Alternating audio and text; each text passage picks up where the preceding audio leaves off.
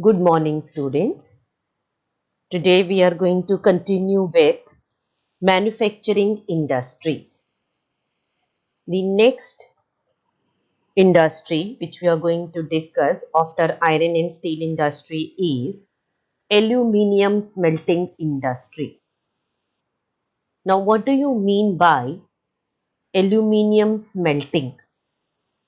Aluminium smelting means it is the process of extracting aluminium from its oxide called as alumina, and alumina is extracted from the ore bauxite.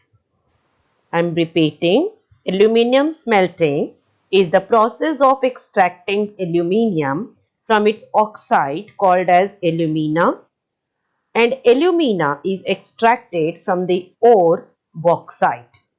Now let us do, and this is we call it as the second most important metallurgical industry in our country after the iron and steel. Now the features of this aluminium smelting industry are, they are, first one, it is light, it has resistance to corrosion, it is a good conductor of heat, it is malleable, and it becomes strong when it is mixed with other metals. Let's do all of them one by one. Now, when I said it is light in its weight. When I talk about resistance to corrosion, what is corrosion? It is a natural process that converts a refined metal into a more chemically stable form, such as oxide, hydroxide, or sulfide, etc. So that is your corrosion. It is a good conductor of heat. When I talk about a good conductor of heat, it means, like for example, the best example I can give you here is copper, which is a good conductor of heat. This means that if you heat one end of a piece of copper, the other end will quickly reach the same temperature. Then we have the term malleable. Malleable means it can be easily able to be hammered or pressed into shape without breaking or cracking it. That means easily it can be given a shape, and it becomes, this aluminium smelting, this becomes strong when it is mixed with the other metal. So these are the features of aluminium smelting industry. Now, other than this, we have its uses. These are the features, and now we have the uses of this industry. Now, where is this aluminium used? In which all industry it is used? It is used mainly to manufacture aircraft, utensils, and wires. It has gained popularity as a substitute of steel. You might have seen, even at home, many people use the aluminium instead of steel. Steel is more costly than the aluminium, and aluminium is a light material. So people prefer to use aluminium. And also it is a substitute of copper, zinc, lead, and in many number of industries it is being used. So that's about your aluminium industry, its features, and where all it is used. What are the uses of aluminium industry? So the first question here is, under aluminium smelting industry, what are the features of aluminium smelting industry, or aluminium? What are the features of aluminium? Second question is, what are the uses of aluminium? First one is features of aluminium. Second one is features of aluminium. Now, where are these aluminium smelting plants found in our country? They are found in the states of Odisha, West Bengal, Kerala, Uttar Pradesh, Chhattisgarh, Maharashtra, and Tamil Nadu.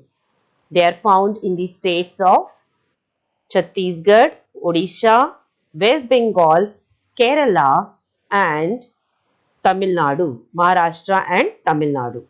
Now, as I told you just now, aluminium is made from alumina and alumina is extracted from raw material bauxite. So let us do what is bauxite. Bauxite, the raw material used in these smelters, is a bulky, dark reddish colored rock.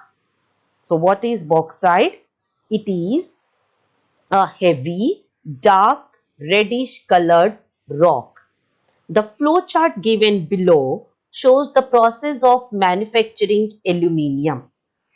What is required to convert this bauxite into alumina and alumina into aluminium? What is required or necessary, or the localization factors of this industry? This industry is mainly located in the places where there is regular supply of raw material at a minimum cost, that is the low cost of the raw material, and second one is regular supply of electricity.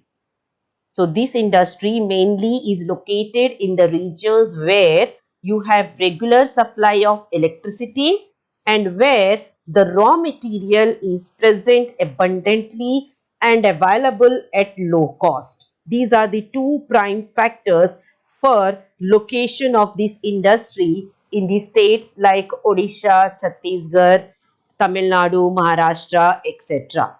So these are called as localization factors also. We'll go through the table later on. So you can see even the table also, it is given here how it is formed. 4 to 6 tons of bauxite is used to make 2 tons of alumina. From the 2 tons of alumina, 1 ton of aluminium is formed. And the table, children, you go through it, because generally in science, in chemistry, you might be doing these terms. So you just go through it, and in exam, no flow chart is asked. So no flow chart is asked.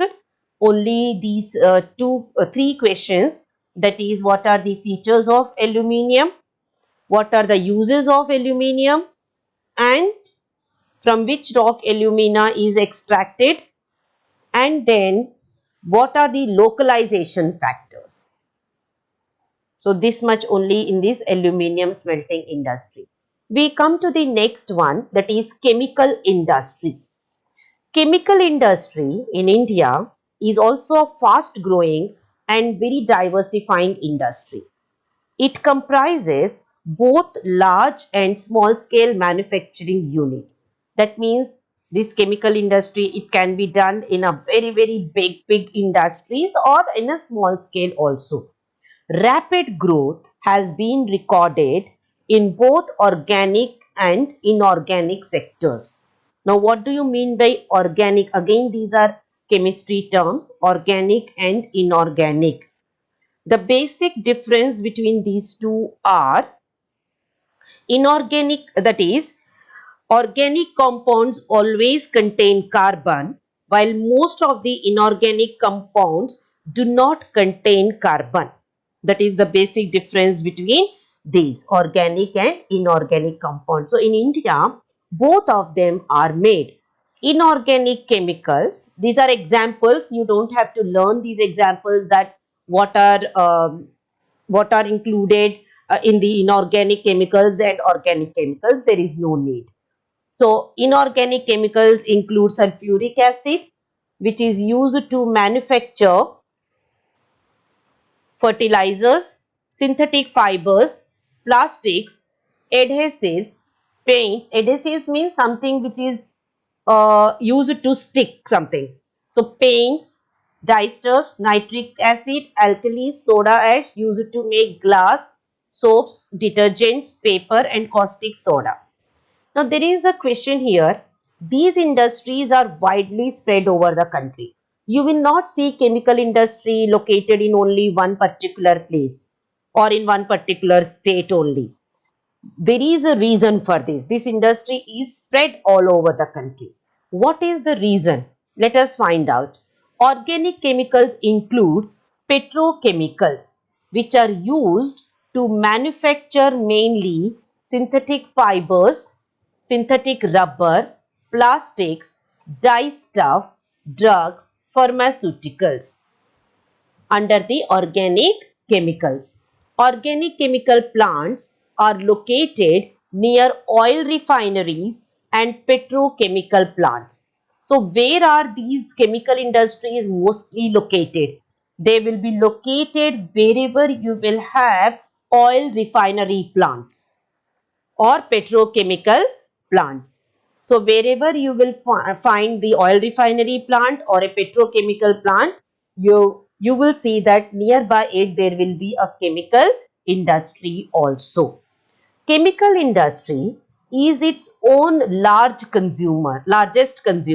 You know, the chemicals which are made in the industries, again they are consumed in several other industries.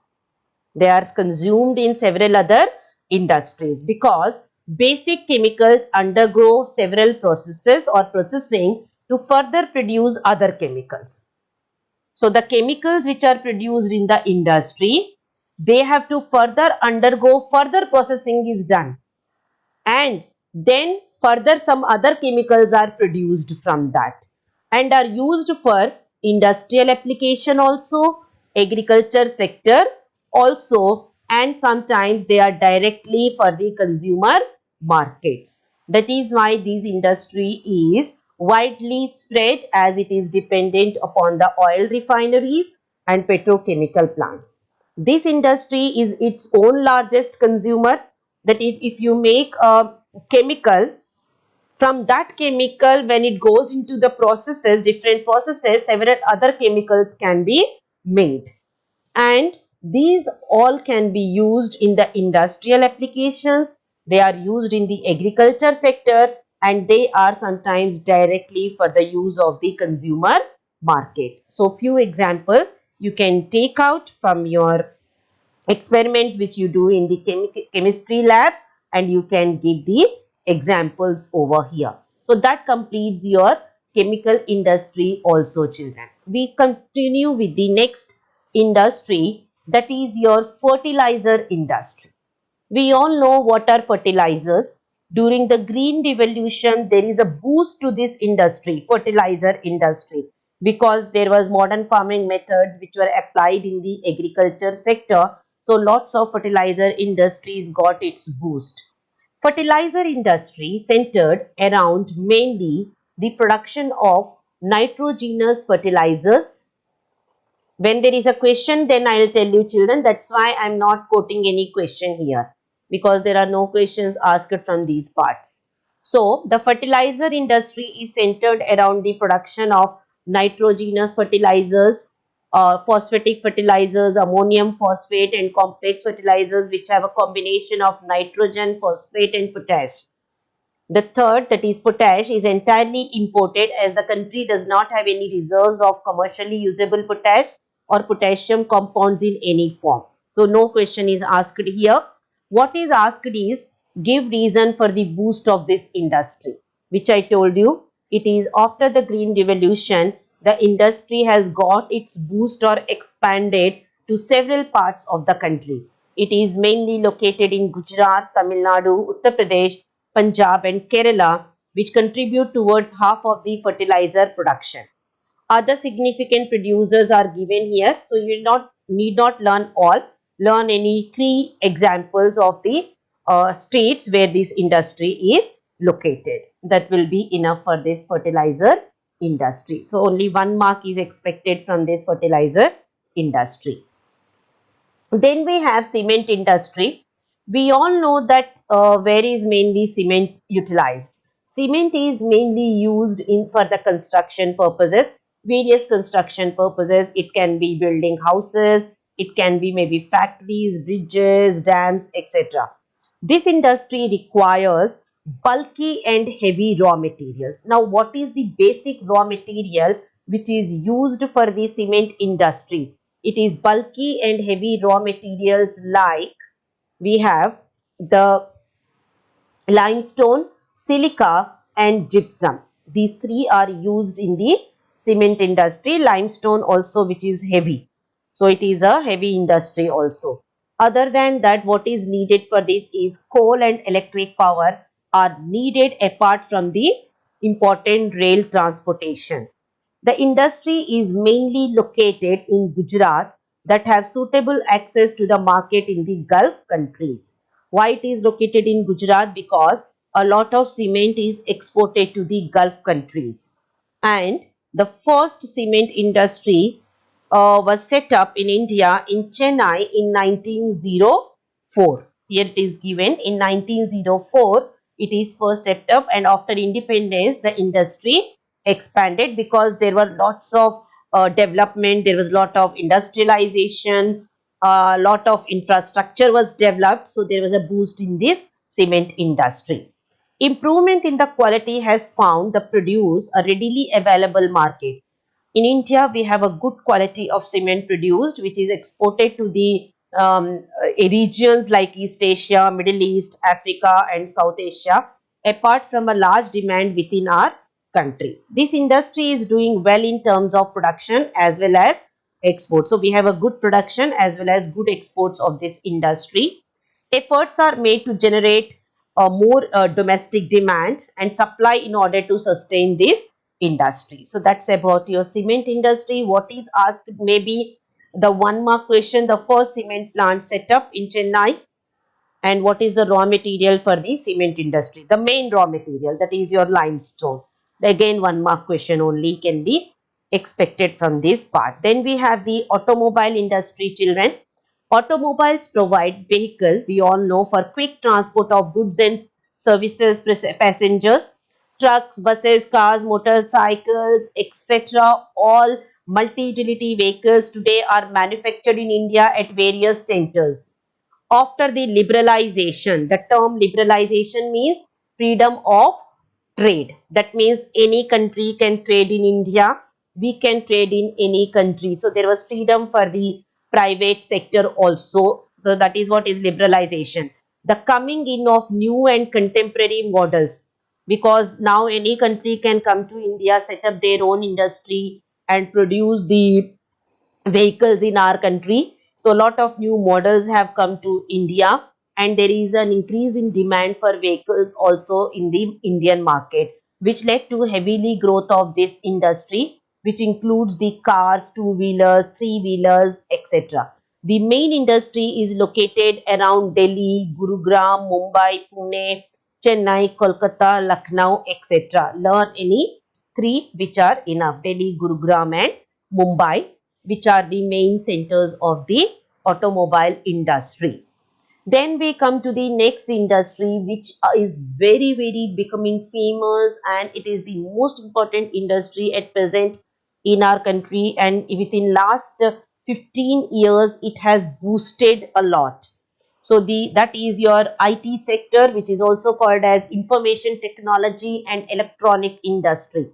The electronic industry covers a wide range of products. We all know all of them. We have transistor sets to television, telephones, cellular, telecom, telephone exchanges, radars, computers, many other equipments required by the telecommunication industry. And children, the most important one mark question is Bangalore, which was earlier known as Bangalore. Now it is known as Bangalore. It has emerged as the electronic capital of India. We all know it is the hub of the IT sector. Bengaluru is the hub of the IT sector. So it is also called as electronic capital of India. Other important centers of this industry are, we have Mumbai, Delhi, Hyderabad, Pune, Chennai, Kolkata, etc. The major industry concentration is at, where is this mainly located? You can even learn these: Bangalore, Noida, Mumbai. There is no need to learn all. You can learn any three out of all this. Bangalore, Noida, Mumbai, Chennai, Hyderabad, and Pune. These are the hubs of the IT sector. A major impact this industry has been on employment generation. If you see 15 years before, there was no employment generation in service sector much. But today this IT sector, this comes under the service sector. and there is a lot of employment generation in this sector. For example, you can see the call centers and the IT sector employs a large number of people. The continuing growth in the hardware and software is the key to the success of IT industry in India. Under this, we have both hardware as well as the software industry. I'm sure you might be knowing the names hardware. For example, if a laptop has to be made, that comes under the hardware industry, and the inputs of the all that comes the inputs which are used to make this laptop, that is again a hardware industry. The parts are hardware industry. Software, I'm sure you all know, the whatever is feeded in that, that is your software. So that's about your electronic industry of our country, and that completes all the industries, children, because the next part we will do in the next video, which is industrial pollution and environmental degradation, which is the last part of the chapter. Since now we have now seen so many industries in our country, not only in our country, in many countries there is so much of industrialization, and we know that whenever we talk about the industries, we always talk about the pollution from these industries. So let's do the next part of the chapter in the next video. I hope you have followed all these industries which are given here and the questions which I have discussed here. So have a good day, students, and please go through all the videos again before I take your online class for discussion of the chapter and discussion of the question answers once again. So have a good day, students.